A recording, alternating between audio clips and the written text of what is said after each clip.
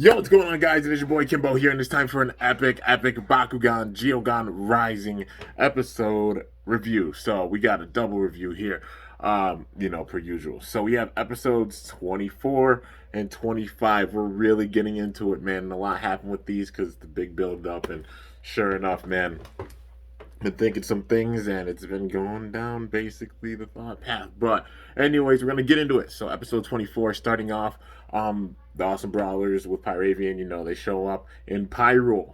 So they're in Pyrule, and then they go into the battleground, sort of like the same kind of pattern we've seen. Dan and Drago looking for the artifact, the Pyrulean artifact, last one they need. They're trying to stall for time and such, and then sure enough, while they're stalling for time, Dan and Drago are looking for the artifact. So while they're looking for it, they actually run into another Bakugan, and it actually happens to be Pyrus Behemoth. So yeah, this is where we see Behemoth. And Behemoth and Drago are actually really good friends that go way back. Yeah, and he's like, well, we know you're gonna be knew you're with a human, but try to visit sometimes, will ya? But then Behemoth is the one that's guiding, like how it was with Ninja Tan in the darkest world, like Darkavia. Well, now in Pyrule, it's Behemoth, but this time being really good friends. So they're on their way and such, and Drago's actually running really low on power, and then, takes a break, and Dan takes over, and Behemoth is like, are you crazy? And, then he figures out, like, you and Drago are literally like twins. You're the same exact way, just rushing headstrong into things without a second thought, no matter the danger or anything. And then, of course, Dan doing so. Well, they actually make it to the temple. They go like deep throughout Pyrule, and they find the temple, and with the temple, this was an interesting one. This was fun because it was like a time limit with it. Normally we've seen it and it's like, oh, they just had to figure out like one obstacle or something. This one had a time limit because basically the eruptions and such, all the storms caused it where the temple was actually falling down. If it fell down, then it would be destroyed. The Peruvian artifact being destroyed with it because of the lava. So Drago had to rush at this point, and go into the building. He managed to get the artifact. They get the artifacts. So they got all six of the artifacts now. Um, you know, Literally they've got the gauntlet here, the Infinity Gauntlet. Yeah, with all the Infinity Stones. Oh, they're about to Thanos things big time. But yeah, dude. So they get them, and then we get a cutscene back to the field. They're like, okay, that's it. This has gone on long enough. They're trying to get the they're trying to get all of the six artifacts, aren't they? And Villock figured it out, and then they're like, he figured it out, and then he's like, well, I'm not having this. You know I'm I'm ending this now. They forfeit, and then right as soon as he was about to officially say it, Dan and Drago showed up. Seeing that pattern again. But then Villock's like, fine, and then the segue into the next episode. So we got the last semifinal battle. Magnus has already made it to the final. You already know it's Everett versus Dan. Except they hyped up Everett big time with this because Ghost Beast was strong enough to where it overwhelmed Shark Tar. Like it overwhelmed him because of the darkness and such. So yeah, this battle was really intense. At first, Drago like putting the whooping in on Oxidox, and then after that, it just came down to Everett Ray sending out uh, Ghost Beast, but that switched up everything because Ghost Beast being able to use the mist and such and hide in it and get the attacks in. Well, during their training, Dan and Drago like had to like the training in Darkavia.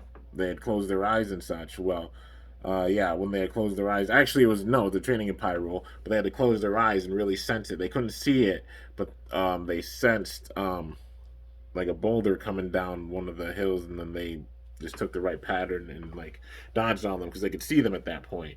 And then Dan's like, I get it. You can see more. Adjust your eyes so you could see in darkness. Um, Well, they do so in the middle of this battle, and then they figure out where Ghost Beast is, and they get the big time hits in because they took out Ghost Beast does take out Archelion, but then it's down to Dan and Drago. But then they use this tactic, and then they figure out where Ghost Beast is, and then Drago's getting direct attacks on Ghost Beast and manages to take out Ghost Beast. So Ghost Beast does go down using that training from just the Pyrule trial, using that training and getting the jump and taking out Ghost Beast, and then it was down to Oxydox, and then Drago took out Oxydox, so Everett was eliminated. In the middle of that battle, when he was really struggling, Magnus is like, basically like, "Don't you dare lose! You're destined to face me as your opponent in the final." But yeah, so anyways, with this, Dan moves on, and we got the final battle set up for the battle judgment. It's Magnus versus Dan. It was a given. It was going to go down this path once Villock just forfeited and didn't care. Yeah. So that's how episode 24 ended, seeing that battle with Dan and Everett. Still hyping up Everett for being a powerful character, no doubt, and continued to be evil this whole time. And I love how, like, they still had him in the fray of things big time, even with this season, for sure. Like him, McHugh, just seeing that, man. But yeah, really, really intense episode in Pyrule, so sick. All the different attributed worlds are so cool, man. But then we're getting into episode 25 here. So episode 25, we got the final battle with Magnus and Dan. You already know it being really, really intense. They made the world where it's half in Darkavia, half in Pyrule. Spin Master. I'm just saying, if you make another video game, this is your perfect chance to use like the same sort of battle brawlers type of style. You have all these different attributed worlds, like like Haora, Darkavia, like all of them, man. Aquelia, I forget the names of all of them, like Ventura, I think, yeah, Ventana. There we go, Ventana, Pyrule, and then Aritopolis. I think that's the name of all of them, but you can do themes with the battles where they're in these arenas. Because the whole setup for like Geogan Rising, like have characters from scenarios from all three of the seasons in the game. That would be amazing. Characters from all three of the seasons. Having it where it's like the Battle Brawlers type of setup with the stadium and such. You can have like two different settings and ways of playing it. One being for the standard way, where you can throw out the gate card and land on the gate card. Or you can have it, and I love this, and everybody would absolutely love this if you did this. You incorporate it where there's a pro mode. And with the pro mode, it's the cores instead, and then you can use the decks and such. You know how hype everybody would be if we saw a video game like this, Spin Master. Like, honest to goodness, I would buy it on the spot. I would play through that thing, and it would be what I binge play for the longest time. That's a game that's at the level of the original Battle Brawlers game. You have those same mechanics and such, where you have obstacles you can go around on the field and stuff too, depending on the world. You bet your butt everybody would get that. That's why the Battle Brawlers game is honestly the greatest Bakugan video game of all time. No cap, like full 100% honesty, it is. And if you go down that path, that would be amazing, man. But yeah, anyways, just think about that in the middle of this. Definitely was hyped for these episodes and just totally intense. You know, but yeah, half Darkavia, half Pyrule. Even like seeing like worlds that are like half and half like that would be amazing, dude. That would be sick. And then you mash up the different effects. Oh my god, I'm telling you, man. Like, imagine it was a part of the creative team, and it's like, yeah, video game. These are the elements. Do it, like for sure. I know I would. I'd be like, yeah, video game with this. Like all those ideas I just said, for sure. I get it. I'd play the crap out of that, and I know a lot of other people would too. Battle Brawler style too. Come on, Spin Master. Come on, man. I don't know if you actually see this or take what I say seriously, but for real, we'd love to see that. No doubt. But anyways, getting into this battle, it's back and forth. Like, Nilius and Magnus are taking it to Dan and Drago and vice versa. Like, it's a back and forth battle big time. And one thing I appreciate about this, they didn't use the Geogan, actually. It was just straight up, like, Nilius taking out Drago. He didn't care about the Geogan. Same thing with Dan. It was about Nilius and Drago facing off. Magnus and Dan facing off with this. Well, in the middle of it, honestly, Dan's taking the lead a little bit. Drago's starting to overpower Nilius a bit just because how strong he's gotten. You know, they're both powerful to give, and they're both in the final. But this is where you see Magnus starting to slip, honestly, power-wise. But in the middle of it, Villock jumps out. So sure enough, it's like the thought was, is Villock gonna interrupt it? I honestly thought it was gonna happen. Sure enough, he interrupted it. So he shows up, and then he's like, "Here, use this." Like obviously all the cores for Ultimate Villock, and he didn't want to do that. Magnus was like, "No, we're going in this battle fair and square, and we're doing this." And then Villock goes rogue. This is where he goes rogue. He's like, "Reed, give me the cores. Now it's time." And then he throws them all out. And then here we go, man. We have Ultimate Villock assembled fully here. But not Ultimate Villock, like, yeah, setting up for Infinite Villock. So when Ultimate Villock shows up, he gets the crystals from all the different worlds and they start appearing. And they're appearing in front of Villock, and he's starting to take the power from all of them. But at the same time, he's hitting everybody with every move. Now everybody's joining in, the awesome brawlers and such. Even Magnus trying to fight. Even like Pyravian and Goreen trying to stop Villock. Like Goreen, obviously it shows he's in the middle and such. And I hope this gravitates him towards like the side of good. Because it's like you're getting in trouble again, Goreen. Dang it. Just having the indifferent kind of view. And going and following Villock's view. Because he's going like the extreme route now. And Goreen obviously doesn't want that, so he's even trying to fight. But Villock literally took out Pyravian and Goreen by itself as Ultimate Villock. That's how strong Ultimate Villock is. Literally, like, whooping everyone. Doesn't matter who attacks them, how many people attack them at once, they're going down. And they're all struggling, for sure. Even Drago's at 25B power. It's looking really, really bad, man. Villock going absolutely rogue, and that's the segue in, like, the second part. The battles with Villock. So obviously Villock interrupted the battle judgment and such, and is trying to use the power of the Geogan that he has, as well as the crystals. He's going to have that much power in order to separate the bond with Vestroya and Earth. And then separating Earth, he doesn't care about Earth. He's like, Earth will just go wherever. It'll just disintegrate and it won't be able to survive with these weak humans.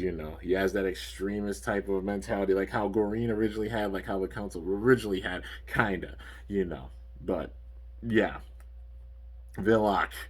Yeah, and even some of the ancient Bakugan we saw in season 2, like, nah, Villock's taking it all the way, man. He's like, nah, this is happening, and y'all ain't gonna stop it using Ultimate Villock. But then, they bring out their true bonds and say how they're not going to lose and they always fight together. And then you see certain parts of the Awesome Brawlers, like, the spirits sort of come out. So it's, all the different parts of the relics, the ancient relics from each world. They're showing up with each of the Awesome Brawlers as they speak, and their true power, that true bond with the relic and such, it shows, because now their true bond has made it where it's that much stronger, and they're connected with one another, so they can all connect their powers. And then naturally, it's connected to Drago. So this is the segue. We get the power of all their Geogan and their spirits, their brawler spirits and such. They combined with Drago, and then you have all of their Geogan combining, and you know how it goes. Geoforge Dragonoid is upon us, my friends. Villock trying to hit it with a big time attack, but Drago sends an attack back that mirrors Villock's and shuts it right down. And Villock's like, what? And then you get this big old giant cutscene and this reveal for Geoforge Drago in all of his glory, looking like an absolute beast for sure, man. And then we get the big showdown with the ominous music. The music for this final setup too is so sick, man. It's hard to explain it, but it's great. Like, I had goosebumps. I got so hyped at the end of it. I'm like, oh my god, it's time, man. But it's the final battle. It was a given that this was probably gonna be the final battle, because with them, having Geoforge Dragonoid and then Ultimate Villock, it's a given that was probably gonna be the setup. And sure enough, it is. So yeah, even with this, obviously Villock turning on Gregorius Reed, he only used him. He only used him to have the Geogan awaken so that he could take advantage of the Geogan and then combine them. Ultimate Villock, that was the whole plan from the get-go. He was using Gregorius Reed. So he was honestly a tool in all of this from the get-go. At first, it was a given they were going to kind of team up together, and then I honestly thought it was going to be Reed maybe trying to use Villock's power or something, brainwashing him, but nah. Nah, they ain't no way. Villock going the absolute crazy route, because just seeing his demeanor throughout the whole season, it was gradually getting worse and worse and worse. And then it shows he was using everyone in order to get this maximum amount of power. Now he's got it, and the only one that can stop him now is Dan and Drago. That ultimate setup. We saw it with the first season with Drago Maximus against Tico, his awakened form. Tico's completely like awakened V virus form. Like yeah, and then of course seeing Sabra Pyravian versus Drago Gilator, but with the ultimate power, and then becoming Drago Infinity, and then managing to take them out, you know. And then now seeing it with Ultimate Villock and Geoforge Drago for the third season. Imagine what they're gonna do for Evolutions, man. I wonder. But yeah, definitely looking forward to it. But anyways, final showdown, final battles upon us. You already know, big time hype, dude. It's the final showdown here, and since it's the last episode in the finale, I'm saving it for one final episode review. Like I said, I've been binging it big time, but considering I got through it in 2 days, that shows how much I love it and how much I've been looking forward to getting caught up with the anime for sure, man. And now we're here, built up to the finale, all that good stuff. So yeah, anyways, guys, that is my review on Bakugan Geogan Rising episodes 24 and 25. Both were really, really epic. This build-up has been really, really sick, and I can't wait to see this final battle, man. It's about to go down for real. But it's going to be intense. Who I think is going to win? Definitely swinging in favor of Geoforge Drago because it's bonds, true bonds versus just raw power. And honestly, I feel like that power is going to fail Villock because Crystal Blue herself said when they combine all those Geogan that he's combined with, they're suffering. Crystal Blue herself said it. It's like she never seemed evil, just indifferent. I mean, it shows like how they looked up to Reed, like Reed can make them a better life for themselves and such. And I mean, he kind of did, but just went down a bad path and then, ultimately getting betrayed himself. So, yeah, that's just how it goes. Like just karma in full effect there, I suppose.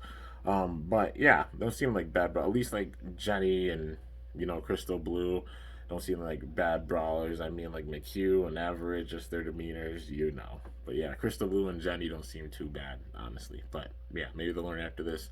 See them with Evolutions. Definitely want to see some of these characters come back in Evolutions. Hopefully Spin Master sticks around with that that trend of having characters from previous seasons show up with it. And Evolutions would be perfect. Like, see everybody with it for sure because they can definitely do it, no doubt. Well, anyways, man, this final is gonna be epic. Can't wait to see it and saving it for one more review. But if you guys have seen these episodes, definitely let me know in the comments. Definitely want to know your guys' thoughts and such, the build up and your overall thoughts on the season. Honestly, overall, I've enjoyed it big time. Like the show has been solid. How they balanced the Baku gear with the second season, epic. How they did things first season, you already know, epic. Second season, epic as well. Third season, the balance with the Geogan as well, even with the battles, absolutely epic too. The main thing we just got to see is those cards, Spin Master. That's the main thing we're itching for and really want to see, man. That's the only hole in the game, in my opinion, for real. Like, even the balance with just the Bakugan and such, and even the Geogan and the Baku gear, all of it's amazing. It's so, so great, man. Even older Bakugan are still very usable, no doubt. The newer ones being usable as well. Evolution's making, like, some new versions, like, some translucent plastic and all that good stuff, and giving them a little bit of stat buffs. Not even upset, man. Gonna be hype seeing those, for sure. And adding that balance, and even though the Bakugan making them that much more usable, yeah, and keeping up with like how the meta is, because honestly, like Bakugan doesn't really have that much of a meta, which isn't a bad thing. Like there's a lot that you can use for it, and it shows that big time balance for sure. But the main thing we just gotta see is those freaking cards, man. We gotta see Shields of Astroya onwards for sure. Like Shields of Astroya, Secrets of the Geogan, whatever the GG set is, whatever the third Geogan Rising set is, because there's always three. There's three honestly for each season. So first season, for Battle Planet, we had Battle Brawlers, then Resurgence, then Age of Arliss. Those were the three. And then for for Armored Alliance, we had Armored Elite, then Fusion Force, which we saw both of those. And then Shields of Astroya, which we have not seen that much of. We've definitely got to see that for sure. I want to use some more of the Season 2 Bakugan for sure, man. Being able to pull those Evos and such, yeah. and then season 3 we have Secrets of the Geogan, whatever the GG set is, and then if there's another set after that, which there's usually 3, like I said. So yeah, Secrets of the Geogan, the GG set, and then if we see another code word with some of the very, very last waves, like the very last waves of this season, which we'll probably see maybe end of this month going into December. We'll see another code word at the bottom. But yeah, just gotta see those cards for sure, man. Anyways, hope you guys enjoyed. If you did, be sure to slice that like button down below. Let me know how I did. If you're new to my channel, definitely be sure to subscribe for some epic content because I upload daily. And if you haven't already, be sure to ring that bell by my channel name to be notified whenever I upload a video. So yeah, guys, till next time, it is your boy Kimbo signing off. See you guys later. Thanks so much for watching. Till then, stay awesome and Bakugan Brawl. I'm up out of here. Stay tuned for the finale, man. Yeah.